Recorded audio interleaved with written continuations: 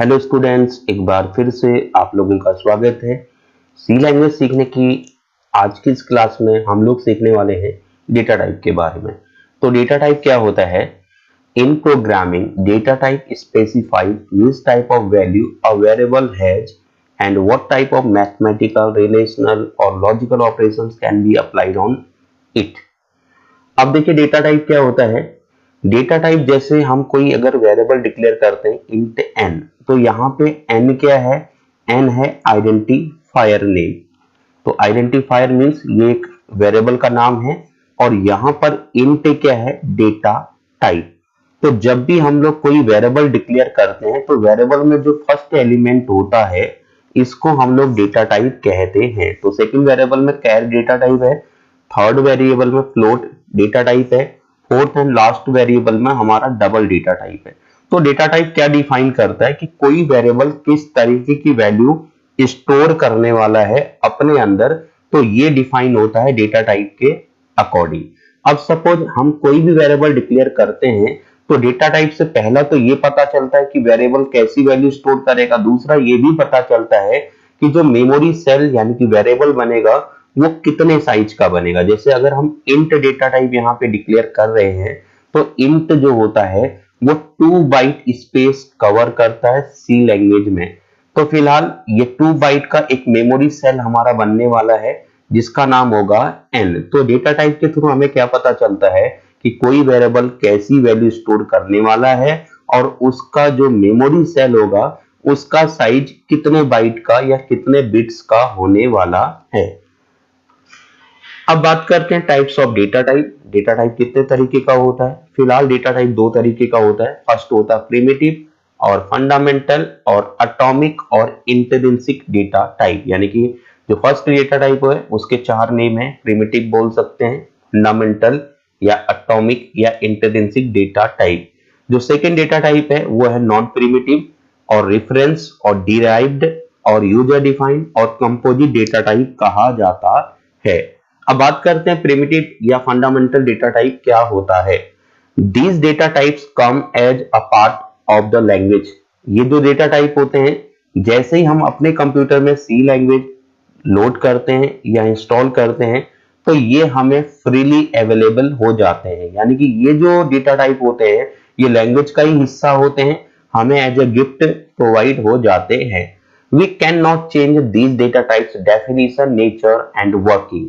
हम लोग इन डेटा टाइप की डेफिनेशन में कोई चेंज नहीं कर सकते, इनके नेचर में कोई चेंज नहीं कर सकते, इनकी कोडिंग में कोई चेंज नहीं कर सकते, इनकी वर्किंग स्टाइल में कोई भी चेंज नहीं कर सकते हैं। ये जैसे हैं बस केवल उसी तरीके से हम इनको यूज अपने प्रोग्राम में अकॉर्डिंग रिक्वायरमेंट कर सकते हैं। The sizes of these data types are fixed. इन डेटा टाइप का साइज क्या होता है? फिक्स्ड होता है। C language provides the following fundamental data type. अब सी लैंग्वेज में ये फंडामेंटल डेटा टाइप अवेलेबल होते हैं। अब आप देखिए कोई भी जो डेटा टाइप होता है उसका एक साइज फिक्स्ड होता है और एक रेंज फिक्स्ड होती है। हम लोग उतने ही साइज का डेटा या उसी रेंज का डेटा उस डेटा टाइप के अंदर स्टोर कर सकते हैं। जैसे मान लीजिए कोई बैग है, अब बैग अगर 5 किलो का है तो हम लोग केवल 5 किलो तक की वैल्यू उसके अंदर स्टोर कर सकते हैं, 5 किलो से ज्यादा वैल्यू उसके अंदर स्टोर नहीं कर सकते हैं। ऐसे इंट जो डेटा टाइप है उसका भी एक फिक्स्ड साइज होता है, हम लोग उतने ही साइज का डेटा उस इंट डेटा टाइप के अंदर स्टोर कर सकते हैं। तो जो इंटीजर होता है यानी कि पूर्णांक संख्याओं को स्टोर करने के लिए डेटा टाइप होता है इंट और इसका साइज होता है 16 बिट्स या 2 बाइट। तो एक बाइट में 8 बिट्स होते हैं यानी कि 1 बाइट इक्वल होता है हमारा 8 बिट्स। अब यहां बिट क्या होता है देखिए, जो कि आप ऑलरेडी जानते हो, कंप्यूटर केवल 0 और 1 को अंडरस्टैंड करता है, इसके अलावा उसके समझ में कुछ भी नहीं आता है। तो अगर हमने कोई 4 डेसिमल नंबर ले लिया तो इसकी बाइनरी वैल्यू क्या होती है? 100। ये ऑलरेडी आपको मालूम है, इसका जो बाइनरी वैल्यू होगा 4 का 100। तो इस हिसाब से इसमें टोटल बिट कितने होंगे? 3 बिट होंगे। तो जो 100 हो गया उसमें 3 बिट साइज हो गया। ठीक इसी तरीके से 8 बिट के ग्रुप को 1 बाइट कहा जाता है, तो 2 बाइट में कितने बिट हो जाएंगे? 16 बिट।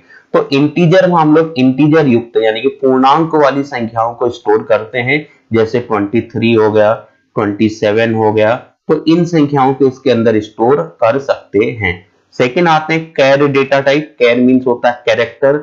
इस डेटा टाइप का यूज हम लोग कैरेक्टर वैल्यूज को स्टोर करने के लिए या स्ट्रिंग टाइप की वैल्यू को स्टोर करने के लिए कैर डेटा टाइप का यूज करते हैं। इसका जो साइज है वो है 1 बाइट या 8 बिट्स।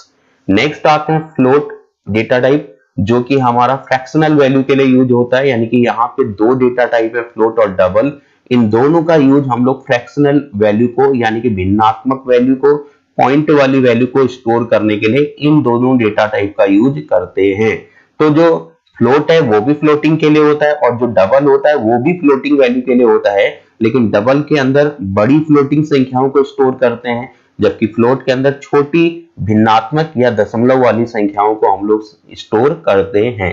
अब फ्लोट का जो साइज होता है वो 4 बाइट या 32 बिट्स होता है और डबल का जो साइज होता है वो होता है 8 बाइट्स या 64 बिट्स इसका साइज होता है। अब लास्ट आता है वॉइड। वॉइड फिलहाल हमारा फंडामेंटल डेटा टाइप में आता है, लेकिन ये किसी भी अनदर डेटा टाइप की तरह जैसे इंट, कैर, फ्लोट, डबल, इनकी तरह किसी वेरिएबल से पहले यूज नहीं होता है। इसका यूज हम लोग जनरली किसी फंक्शन से पहले करते हैं, जिसका मतलब होता है कि वो फंक्शन कोई भी वैल्यू को रिटर्न नहीं करेगा। जैसे इसका एक सिंपल सा एग्जांपल आपने देखा होगा, वॉइड मेन में हम लोग यूज करते थे। तो वॉइड का मतलब क्या है, ये मेन से पहले लगा, तो वॉइड का मतलब ये हुआ कि जो मेन फंक्शन है वो प्रोसेसिंग के बाद अंत में किसी भी तरीके की वैल्यू को रिटर्न नहीं करेगा। ये कॉन्सेप्ट ज्यादा आपको समझ में आएगा फंक्शन लेसन में। तो फिलहाल आज के लिए आप केवल इतना याद रखिए कि फंक्शन से पहले अगर वॉइड लग गया तो इसका मतलब ये होता है कि फंक्शन कोई भी वैल्यू रिटर्न नहीं करता है। तो इसलिए इसका यूज केवल हमको फंक्शन से पहले करना होता है कि वैल्यू रिटर्न करेगा या नहीं करेगा। अगर हमने वॉइड लगा दिया इसका मतलब फंक्शन हमारा कोई भी वैल्यू रिटर्न नहीं करता, इसलिए ये कोई साइज कवर करने के लिए या किसी वेरिएबल को डिक्लेयर करने के लिए यूज नहीं होता है, इसलिए इसका कोई भी साइज नहीं होता है। तो फिलहाल साइज होगा इन चार वेरिएबल्स डेटा टाइप का, जो वेरिएबल्स के लिए यूज होते हैं इंट, कैर, फ्लोट और डबल। तो यहाँ इंट इंटीजर वैल्यू को स्टोर करने के लिए यूज होता है, कैर जो होता है कैरेक्टर वैल्यू को स्टोर करने के लिए यूज होता है, फ्लोट और डबल जो होता है वो फ्लोटिंग वैल्यू को स्टोर करने के लिए यूज किया जाता है। अब इनका साइज जो हो गया ये हमने ऑलरेडी यहाँ पे लिख दिया है। अब हम बात करते हैं इनकी रेंज क्या होगी। तो रेंज निकालने के लिए देखिए एक फॉर्मूला होता है, वो फॉर्मूला क्या है हमारा 2 पावर n माइनस 1 से लेकर, ये माइनस वैल्यू है, माइनस 2 पावर n माइनस 1 से लेकर 2 पावर n माइनस 1 माइनस 1, यानी कि पॉजिटिव वैल्यू हो गई, यानी कि इतने तक की रेंज वाली वैल्यू को कोई भी डेटा टाइप स्टोर कर सकता है। अब यहाँ पे n क्या है, नंबर ऑफ बिट्स है, तो यहाँ जो n हो गया ये हो गया नंबर ऑफ बिट्स। तो इसी तरीके से अगर मुझे कैर डेटा टाइप का साइज निकालना है, यानी कि रेंज निकालना है, सॉरी, कि कैर डेटा टाइप की रेंज क्या होगी, साइज तो ऑलरेडी यहाँ पे लिखा हुआ है 1 बाइट और 8 बिट्स। तो फिलहाल जो कैर डेटा टाइप है उसमें कितने से कितने रेंज की वैल्यू को हम लोग स्टोर कर पाएंगे। तो फॉर्मूला ऑलरेडी मैंने यहाँ पे लिख दिया, यहाँ n है नंबर ऑफ बिट्स। अब हम इसको अगर निकालते हैं तो क्या होगा, देखिए n इसमें हो गया नंबर ऑफ बिट्स, तो कितना होगा 8, तो 8 माइनस 1 यानी कि माइनस 2 पावर 7 से लेकर ये जो वैल्यू होगी प्लस 2 पावर 7 माइनस 1 तक की, यानी कि ये हमें रेंज निकालना है इस वैल्यू को। तो इतने रेंज की वैल्यू को एक कैरेक्टर टाइप का डेटा टाइप स्टोर कर सकता है। अब इसको हम सॉल्यूशन करेंगे तो ये क्या आएगा, ये होगा हमारा माइनस 2 पावर 7 हो गया 128, यानी कि माइनस 128 से लेकर प्लस 128 माइनस 1 यानी कि 127, यानी कि एक जो कैरेक्टर डेटा टाइप होगा उसके अंदर माइनस 128 से लेकर प्लस 127 तक की वैल्यू को स्टोर कर सकते हैं। तो ये आस्की रेंज है, तो वो कैरेक्टर जिसका आस्की रेंज 128 से लेकर माइनस में प्लस 127 के बीच में होगा, उन सभी कैरेक्टर्स को हम लोग कैर डेटा टाइप के अंदर स्टोर कर सकते हैं। ठीक है, ऐसे हम लोग फ्लोट का भी साइज रेंज निकाल पाएंगे।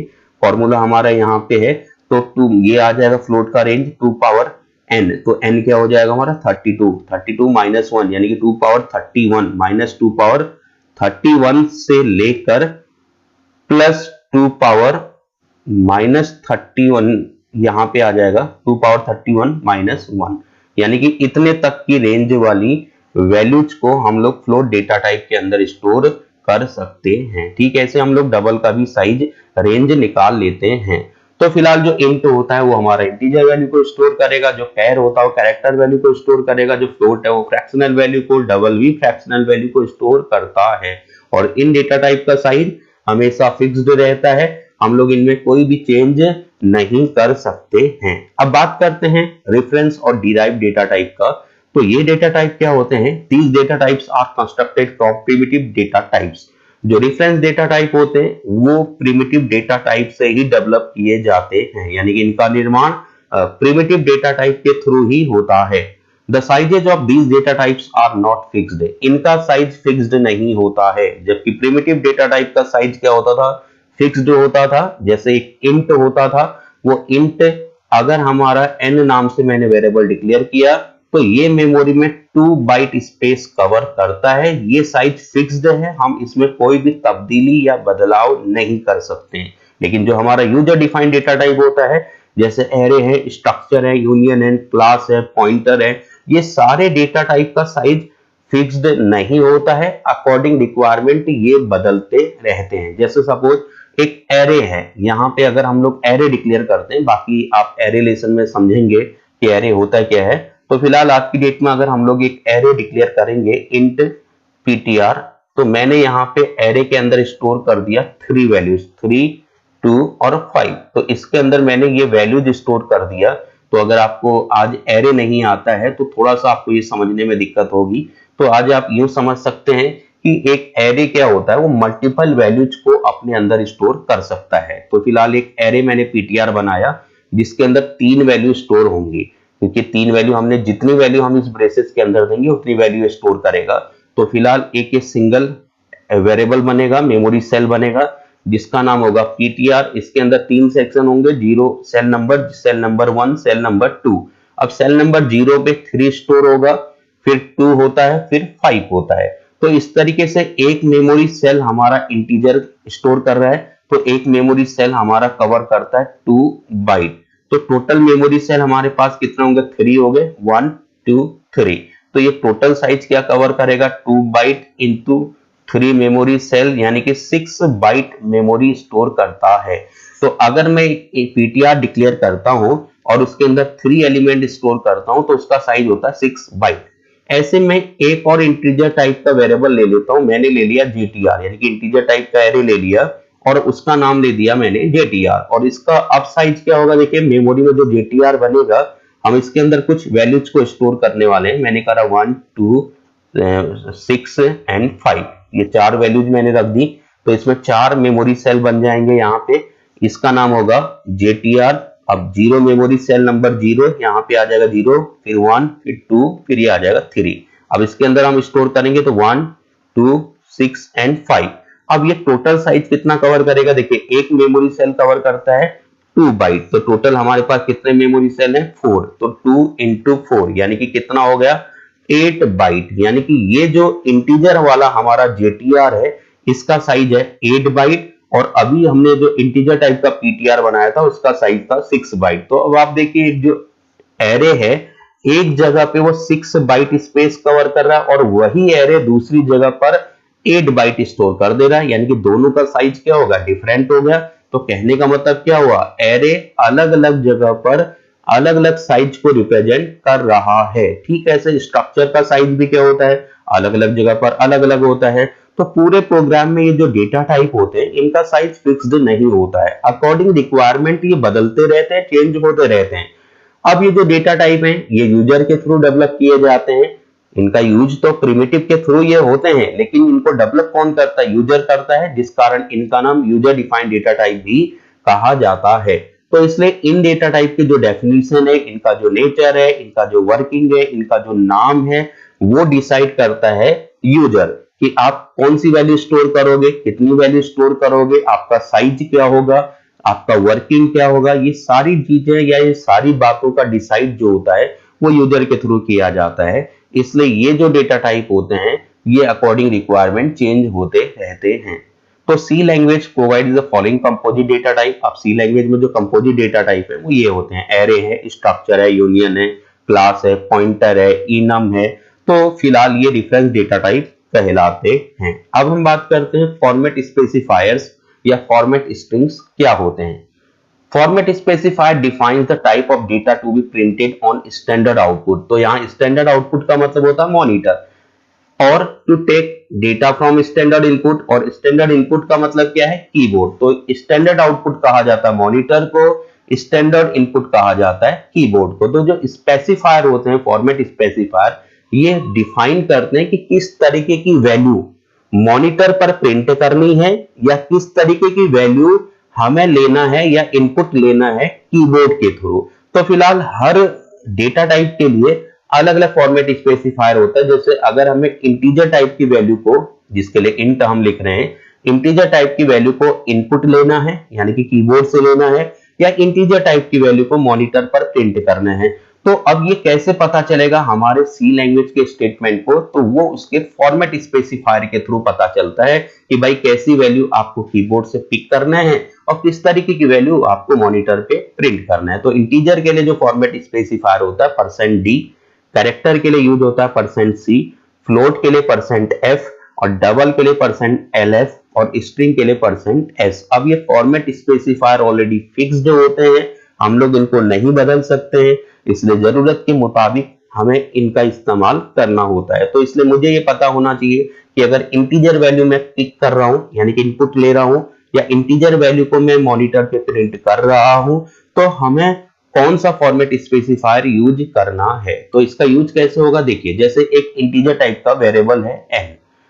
अब इसके अंदर हमें कीबोर्ड से वैल्यू लेनी है, तो उसके लिए हम लोग यहाँ पे मैसेज क्या लिखेंगे, प्रिंटफ में एक मीनिंगफुल मैसेज लिखेंगे यूजर के लिए कि एंटर वैल्यू, आपको एक वैल्यू इनपुट करनी है। तो अब वो जो वैल्यू इनपुट करी जाएगी, अब वो वैल्यू स्कैनफ हमारा फंक्शन होता है, इनपुट फंक्शन स्कैनफ होगा, और प्रिंटफ क्या हो गया, आउटपुट फंक्शन। तो प्रिंटफ के थ्रू मॉनिटर पे कोई सेंटेंस प्रिंट किया जाता है, और स्कैनफ के थ्रू क्या होगा, कोई सेंटेंस इनपुट लिया जाएगा। अब आपको देखिए, अब हमें कोई एक इंटीजर वैल्यू इनपुट करनी है, तो यहां डबल कोट्स के अंदर हम लोग लिखते हैं फॉर्मेट स्पेसिफायर। अब हमें कैसी वैल्यू लेनी है, इंटीजर टाइप की, कैसे पता चला, क्योंकि जो वेरिएबल है n, उसका डेटा टाइप क्या है, इंट है, इसलिए हम लोग कोई इंटीजर टाइप की वैल्यू को पिक करने वाले हैं।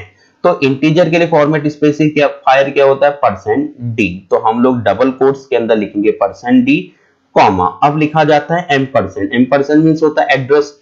अब जैसे सपोज एंटर वैल्यू आया, अब यूजर इसके आगे सपोज 5 इनपुट करने वाला है, अब वो 5 किसको मिलेगा, एड्रेस ऑफ n, यानी कि जो इंटीजर वैल्यू इनपुट होगी। कैसे पता चला, %d हमने लगाया, इंटीजर वैल्यू हमें इनपुट करनी, जो वैल्यू इनपुट की जाएगी वो कहां जाएगी, एड्रेस ऑफ n पे पहुंच जाएगा। क्योंकि जब आपने इंट n लिखा होगा, तो यानी कि एक आप इंटीजर टाइप का वेरिएबल डिक्लेयर कर रहे हो, उसका नाम क्या होगा, n। तो वेरिएबल क्या होता है, एक मेमोरी सेल का नाम होता है। तो जैसे ही आपने इंट n लिखा, तो मेमोरी में आपका एक मेमोरी सेल बन गया होगा, और उस मेमोरी सेल का नाम क्या होगा, n होगा, और उसका साइज क्या हो जाएगा, 2 बाइट हो जाएगा। 2 बाइट क्यों हुआ, क्योंकि हमारा जो इंटीजर होता है वो मेमोरी में 2 बाइट का मेमोरी सेल क्रिएट करता है सी लैंग्वेज में। तो यहां मैसेज जैसे ही हमने ये स्टेटमेंट लिखा, तो हमारा मेमोरी में 2 बाइट का एक मेमोरी सेल बना, और उसका नाम क्या हो गया, n। अब आपको प्रिंटफ में मैसेज दिखाई देगा, एंटर वैल्यू, आपको कोई वैल्यू इनपुट करनी है। अब आपने एक वैल्यू इनपुट करा, तो इमेजिनेशन करिए, आपने वैल्यू इनपुट करा 5, अब वो 5 कहां पे जाएगा, स्कैनफ इनपुट फंक्शन है, वो 5 जो है एक इंटीजर वैल्यू है।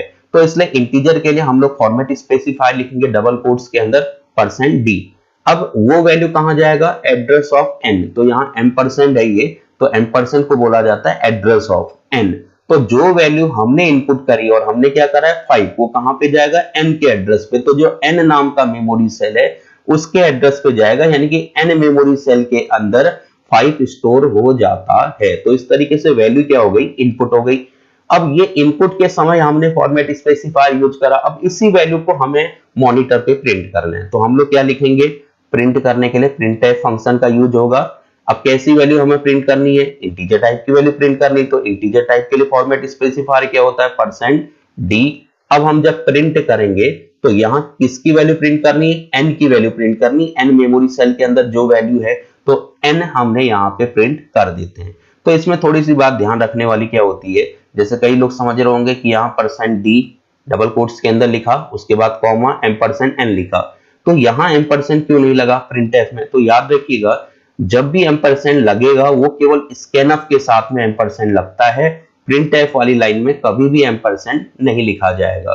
ठीक है, तो फिलहाल यहाँ पे स्कैनफ के थ्रू हमने वैल्यू इनपुट करी n के अंदर और प्रिंटफ के थ्रू उसी वैल्यू को हमने प्रिंट कर दिया है मॉनिटर के ऊपर। तो जैसे ही ये हम लोग स्टेटमेंट एग्जीक्यूट कर लेंगे तो हमारी आउटपुट स्क्रीन पे प्रिंट हो जाएगा कौन सी वैल्यू, जो वैल्यू इस लाइन में यूजर ने टाइप किया होगा वो वैल्यू। अगर यूजर ने यहाँ पे 5 अगर इनपुट करा है तो हमारा स्क्रीन पे 5 प्रिंट होने वाला है, अगर यूजर ने यहाँ पे 15 इनपुट किया होगा तो हमारी स्क्रीन पे 15 प्रिंट हो जाता है।